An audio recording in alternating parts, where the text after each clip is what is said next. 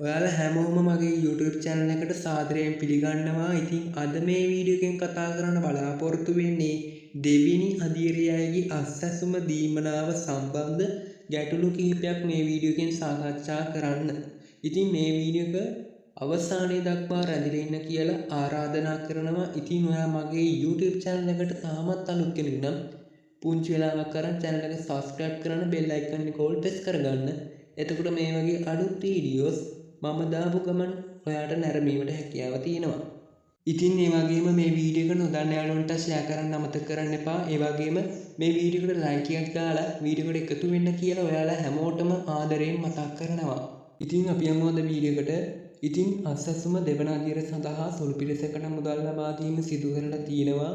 ඒත් ගොඩක් අයට දීමනාව ලැබිලා නැහැ. ඉතින් සමහරක් අය කියනවා අපිට අස්වැසුම මුදල් තිබුණේ 10000ක් ඒත් වැඩිලා තියෙන්නේ 5000ක් වගේ පොඩි මුදලක්. ඉතින් ගොඩක් දෙනෙකුට මේ විදිහට තමයි මුදල් වැටිලා තියෙන්නේ. ඉතින් මෙම මුදල් බැංකුවට බැර කරලා තිබෙන්නේ කිසිම දැනුවත් වීමකින් තොරව. ඉතින් සිස්ටම් එකේවත් දාලා නෙවෙයි මෙම මුදල් බැංකුවට බැර කරලා තිබෙන්නේ. කිසිම හැකියාවක් නැහැ අපිට සිස්ටම් එකකින් බලන්න. ඒ මොකද යාලා මෙම මුදල් සිස්ටම් ගත කිරීමක් කරපු නැති නිසා ඉතින් අපිට ලබා දීපු මුදලේ වටිනාකමක්වත් බලා ගැනීමේ හැකියාවක් නැහැ මේ වෙන විට.